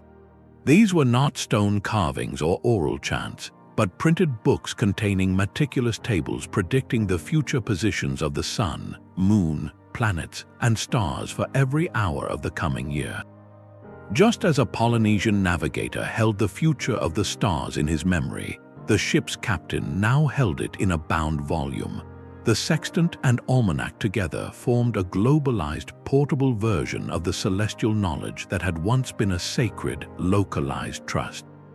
They allowed any literate sailor with training to find his way across oceans, democratizing a power that had once belonged only to initiated masters. This was the moment the ancient art became formalized science, yet its core logic remained unchanged. Position derived from the measured relationship between the observer and the heavens. That foundational idea would prove so robust, it would eventually escape our planet's atmosphere entirely. Today, when you glance at the map on your phone, you are using a direct conceptual heir to that ancient practice. The Global Positioning System, GPS, operates on a principle of celestial triangulation so familiar it feels like a cosmic echo. Instead of measuring angles to stars, your device measures the precise time it takes for a signal to travel from multiple satellites to your location. Each satellite acts like an artificial star in a predictable, known orbit. By calculating your distance from 4 of these known points, the device triangulates your exact position on Earth. It is the same geometric solution, just executed at the speed of light with silicon instead of sinew.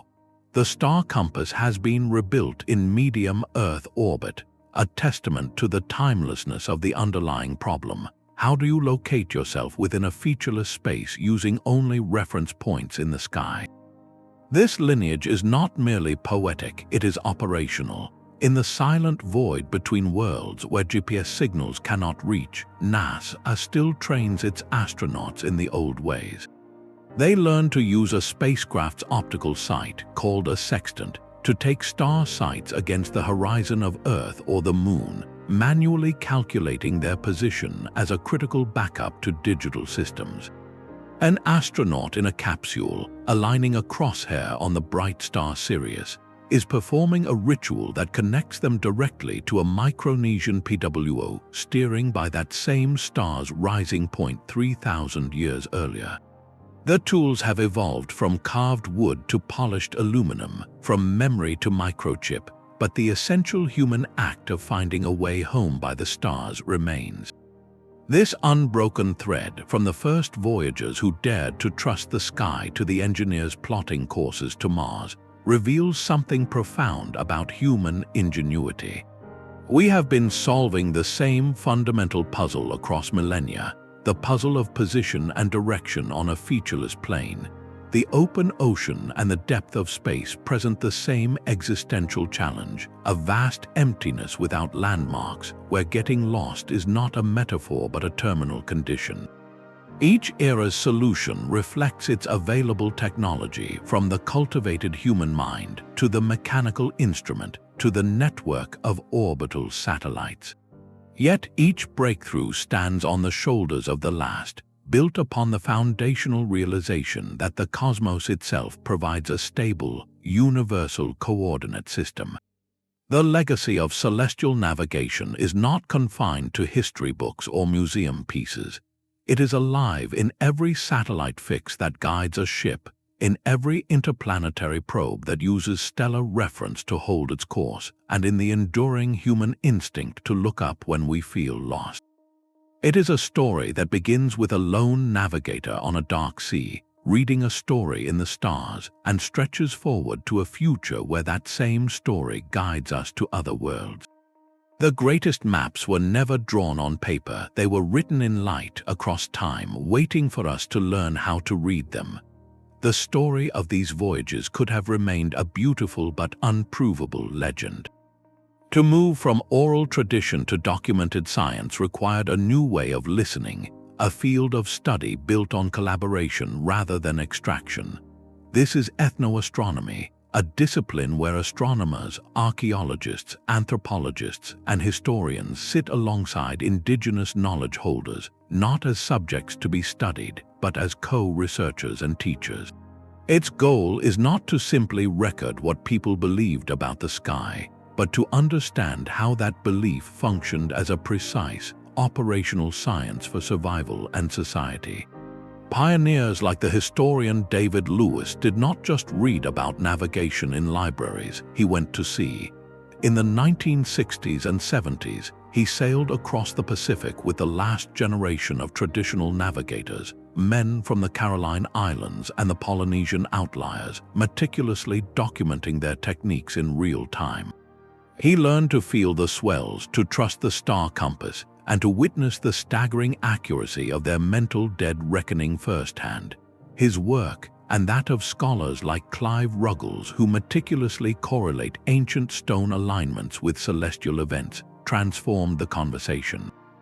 They provided the rigorous, cross-cultural framework that allowed the world of academia to see these practices not as myth or primitive superstition, but as sophisticated empirical knowledge systems. This interdisciplinary lens was crucial for overcoming a deep-seated Western bias, the assumption that science must be written, that progress is linear, and that technology is inherently superior to tradition. Ethnoastronomy revealed a different truth, that science is fundamentally a method of inquiry, a way of observing the world, testing hypotheses, and building predictive models. The Polynesian navigator, testing his star course against the feel of the ocean swell, was conducting a continuous, real-world experiment. His chants were peer-reviewed data, preserved and refined across generations. By treating this knowledge with the same analytical respect as a Babylonian clay tablet or a Greek astronomical treatise, ethnoastronomy does more than preserve history. It actively recovers it, stitching fragmented star lore back into a coherent intellectual tapestry. It acts as the essential bridge, ensuring that this chapter of human ingenuity is not relegated to a footnote in the history of exploration, but is recognized as a foundational pillar in humanity's global quest to comprehend the cosmos. Every new collaboration, every star path carefully transcribed from an elder's chant, adds another piece to this vast, recovering map of the human mind. But the story of Hōkūleʻa was far from finished. The voyage that proved the past possible would soon embark on a journey to shape the future. From 2013 to 2017, the canoe and her sister vessel Hōkūleʻa undertook a mission of staggering scale, a circumnavigation of the planet they called the Worldwide Voyage. Its name, Malama Hanua, translates to care for our Earth, and this was its true purpose. For 4 years, these traditionally built canoes sailed over 40,000 nautical miles, visiting 23 nations and territories across 6 continents.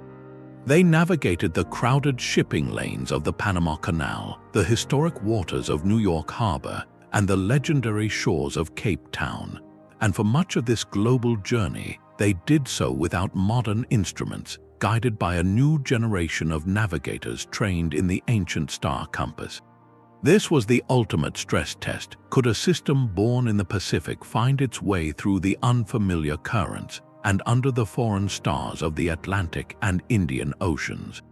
The answer was a resounding yes. The voyage demonstrated that celestial navigation is not a regional curiosity, but a universal language of the sea, a human skill transferable to any ocean on Earth.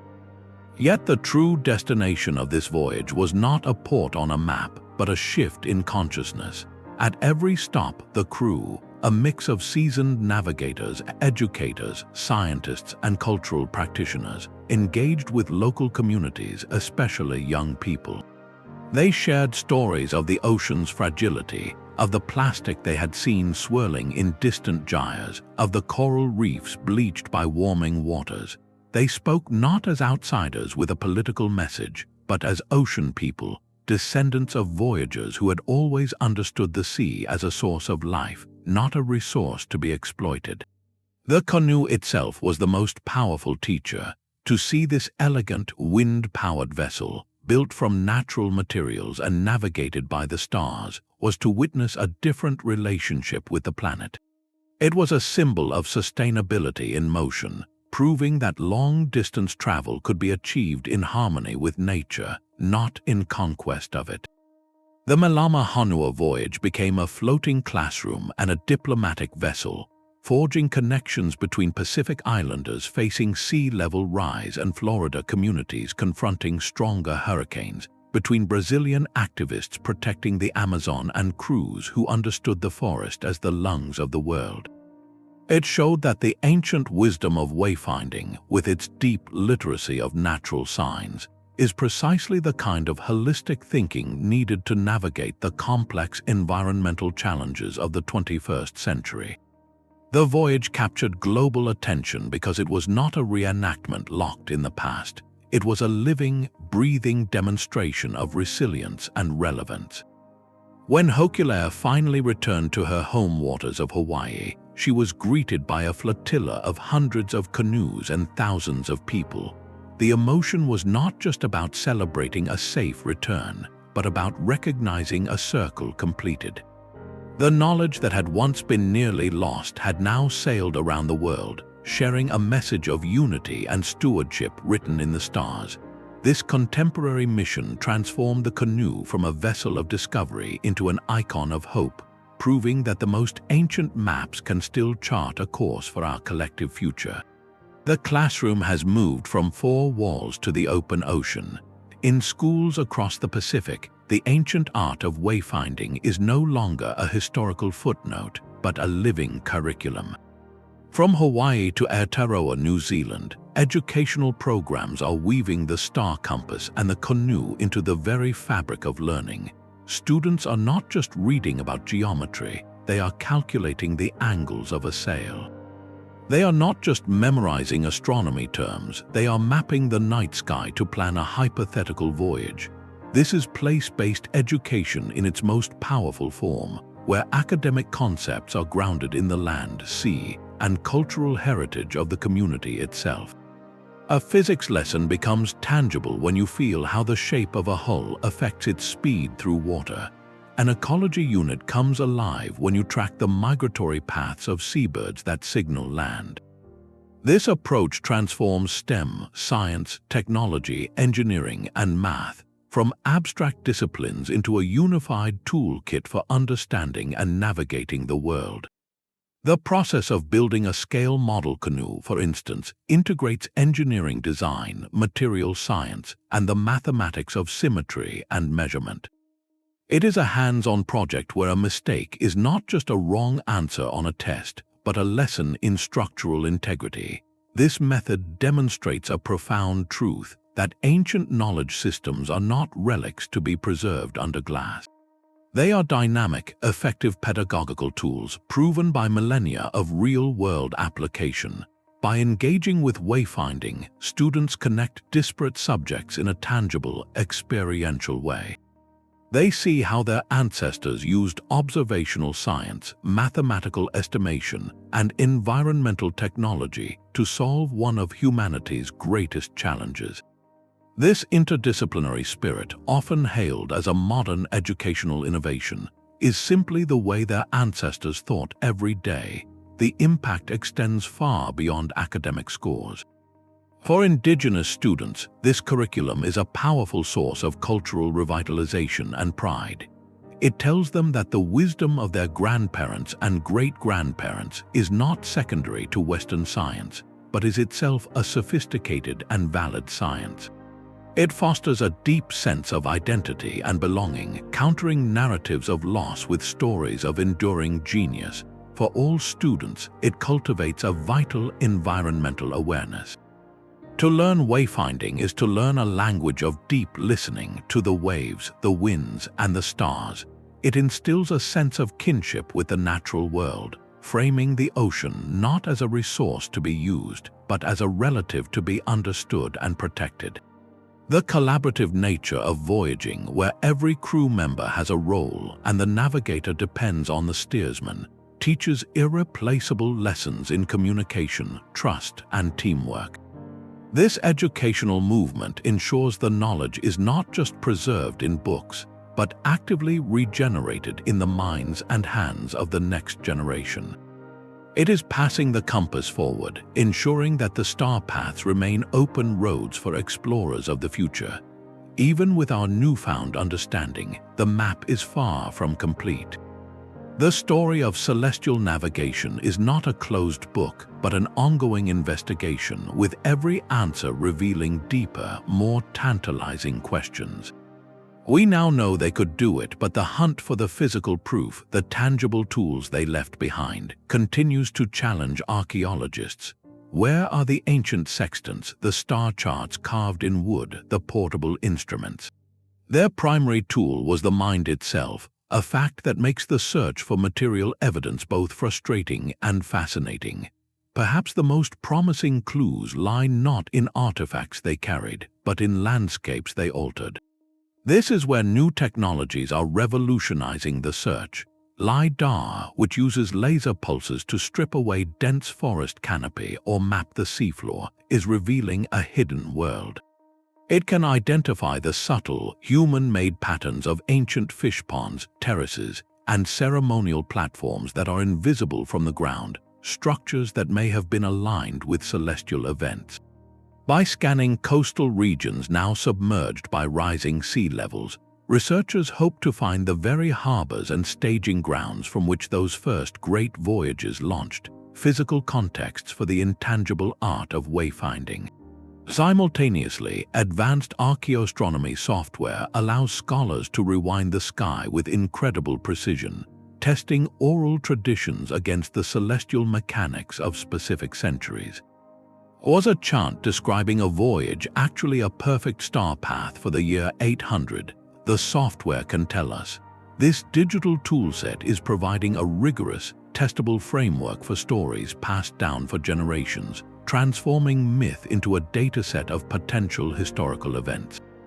Meanwhile, genetic science is writing another layer of this epic.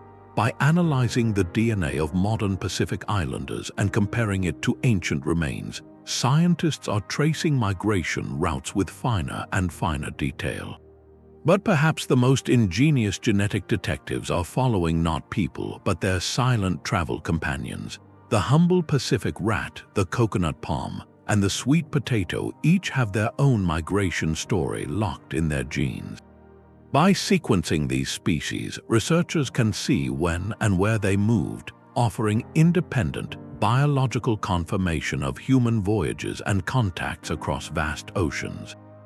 These disparate threads, laser scans from the air, software models of the cosmos, and genetic codes from plants and animals are weaving together into a single, powerful narrative.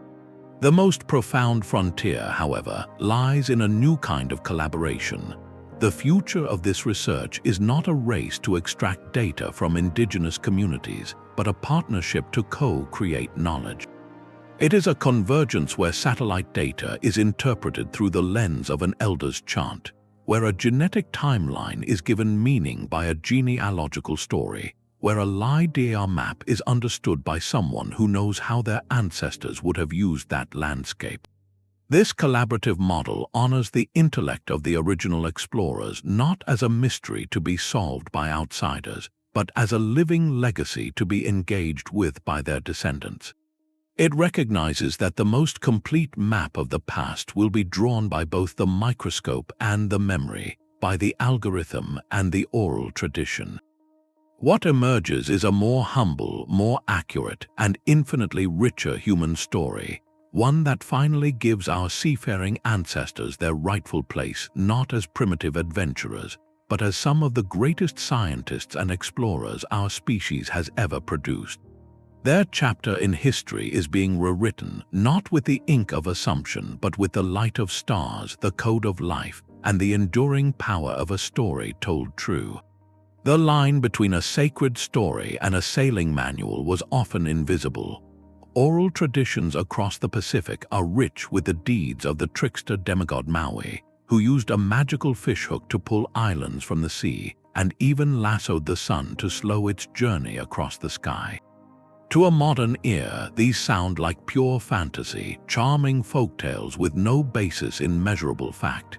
It is tempting to dismiss them as primitive attempts to explain a mysterious world. Yet this superficial reading misses a profound layer of meaning, one that ethnoastronomy helps us decode. These were not childish fantasies, but powerful mnemonic devices, complex metaphors that packaged vital navigational and environmental data within an unforgettable narrative frame. The story of Maui fishing up an island, for instance, is not just a creation myth. For a people whose survival depended on finding new land, this narrative perfectly encapsulates the moment of discovery, the sudden, miraculous appearance of solid ground after weeks on the featureless ocean.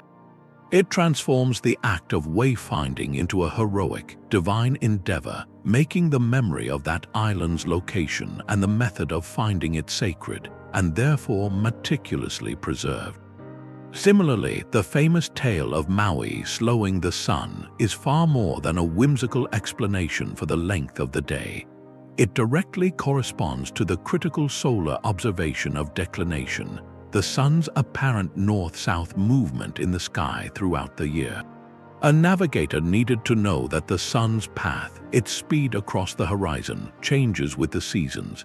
In the summer, it rises and sets farther north, arcing high and slow, making the days long. In winter, it races along a lower, shorter southern track.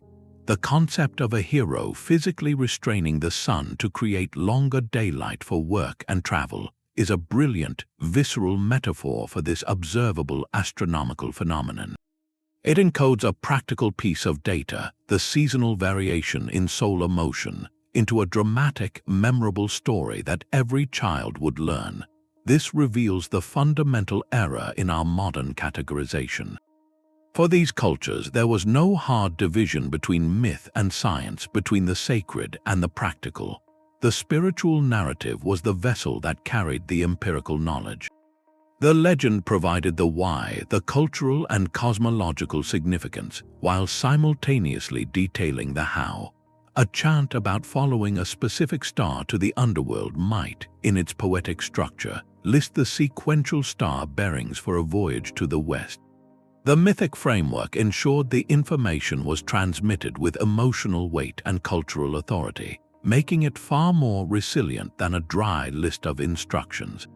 It connected the navigator's daily task to the actions of the gods and ancestors, imbuing his work with a purpose that transcended mere survival. This nuanced understanding forces a shift in perspective. We are not looking at simple stories later confused with fact. We are looking at a sophisticated intellectual tradition that used narrative as its primary technology for data storage and transmission.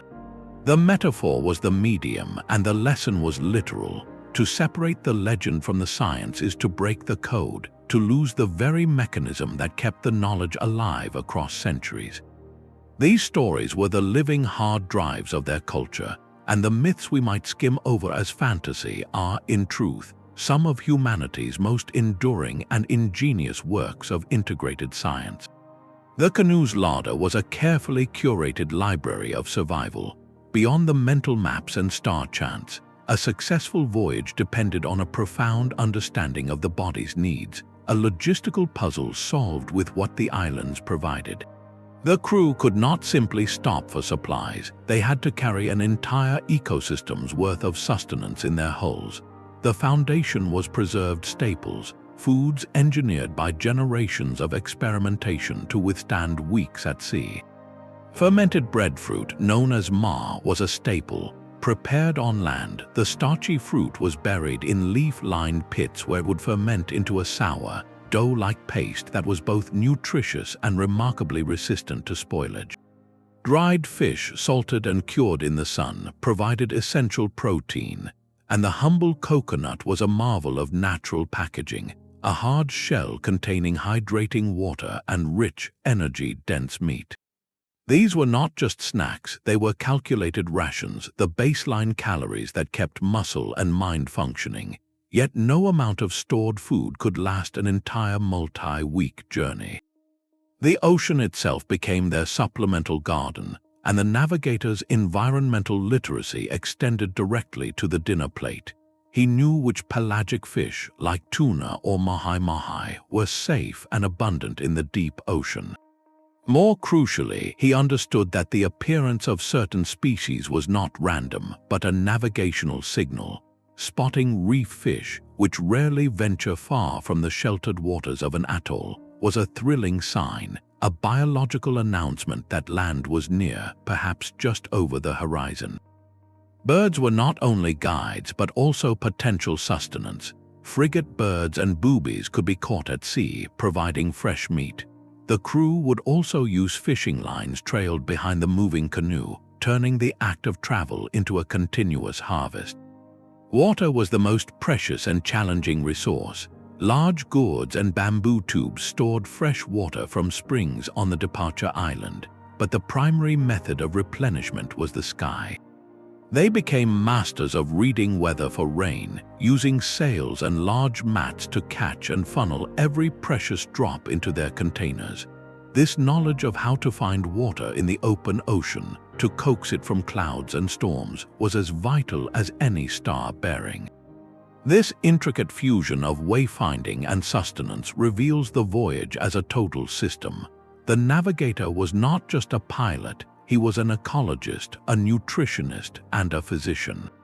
He needed to recognize signs of illness from vitamin deficiency, to know which seaweed gathered floating in the current could stave off scurvy, to understand how to maintain the crew's physical and mental morale through the grueling passage. A mistake in the food calculations or water management was as fatal as a mistake in the star course. The journey, therefore, was a seamless whole. Reading the swell patterns told you where to steer, but it also hinted where the tuna might be schooling. Watching the bird behavior gave you a bearing and also pointed toward potential fresh food. Every element of the natural world served multiple, interconnected purposes. This holistic intelligence underscores a staggering truth. These voyages were not just exercises in direction finding. They were mobile, self-sustaining communities executing a master plan of survival, where every piece of knowledge, from the highest star to the deepest swimming fish, was a thread in the same life-giving net. The Mediterranean was a liquid crossroads, not a void to be crossed. For the Phoenician and Greek mariners who mastered its blue waters, navigation was a constant visual dialogue with the land. Their world was one of peninsulas, archipelagos, and visible coastlines, a geography that shaped an entirely different art of movement known as piloting. Primary skill was not holding a course by the stars for weeks, but recognizing a specific headland, knowing the safe harbor behind a particular island, and understanding the local currents that flowed between them.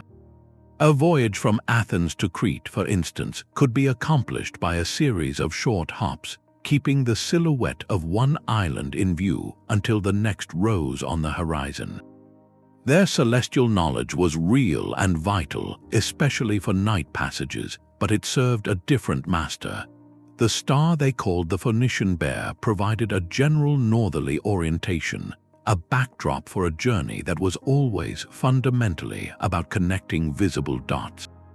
This was navigation as coastal networking, brilliant in its own right and the engine of trade empires, but it existed within a comforting visual safety net. The sea was a connector of known places, not a gateway to the utterly unknown. This stands in stark relief against the Pacific reality. There, the concept of a landmark simply did not exist for the majority of a voyage. Once the high peaks of your home island sank beneath the horizon, you entered a realm of pure geometry, where the only fixed points existed overhead or were felt in the deep pulse of the ocean.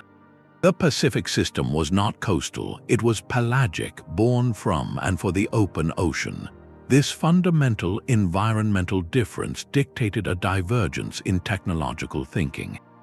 The Mediterranean encouraged a concrete, sequential style of navigation. You go from here to there to there.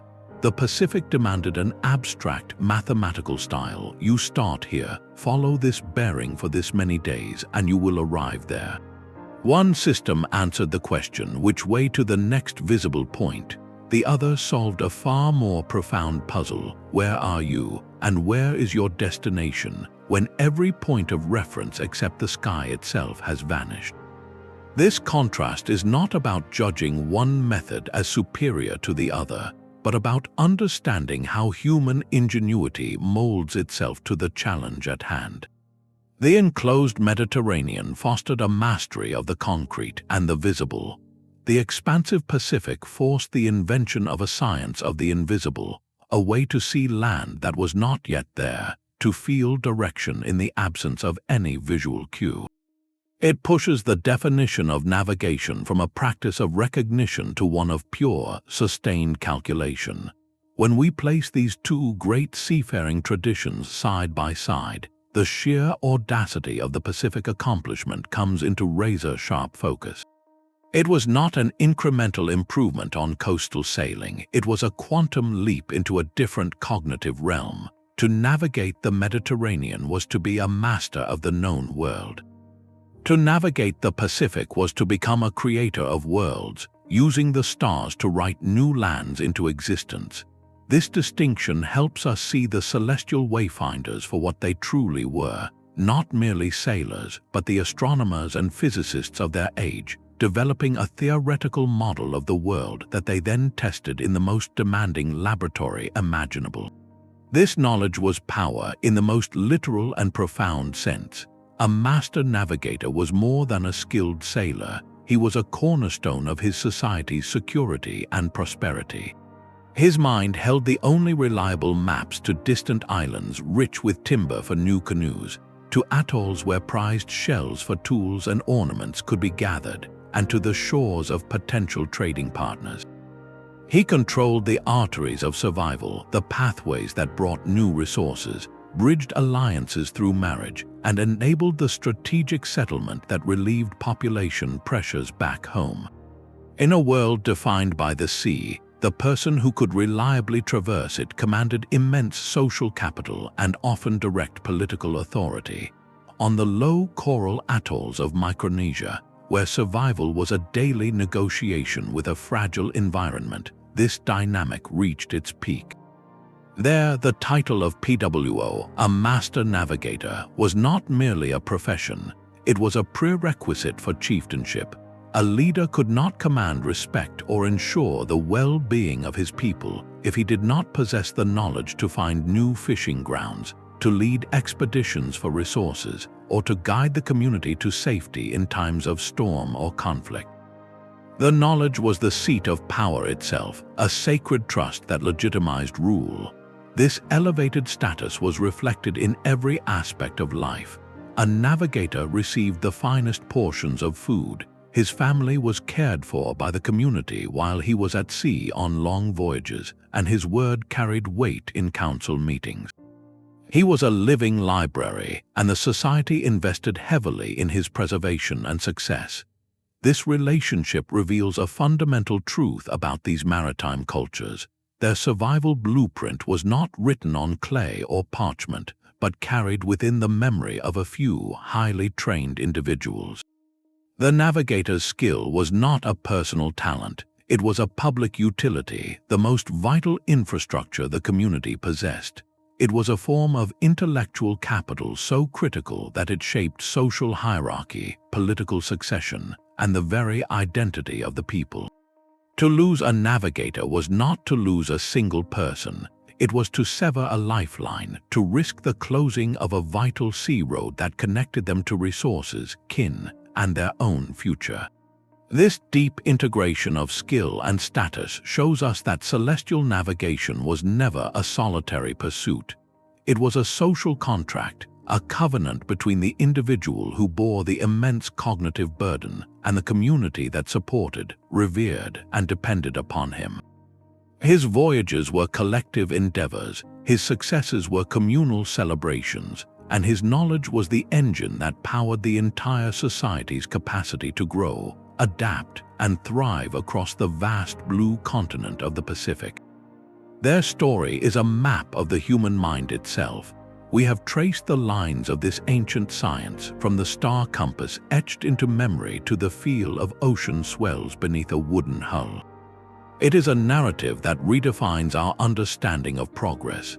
These techniques were not stepping stones to something better. They were complete, elegant solutions to one of humanity's greatest challenges.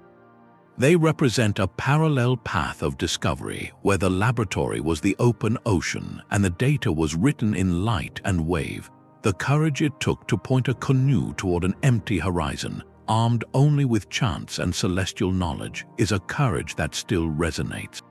It speaks to a profound trust in observation, in the patterns of the natural world, and in the generational wisdom of those who came before.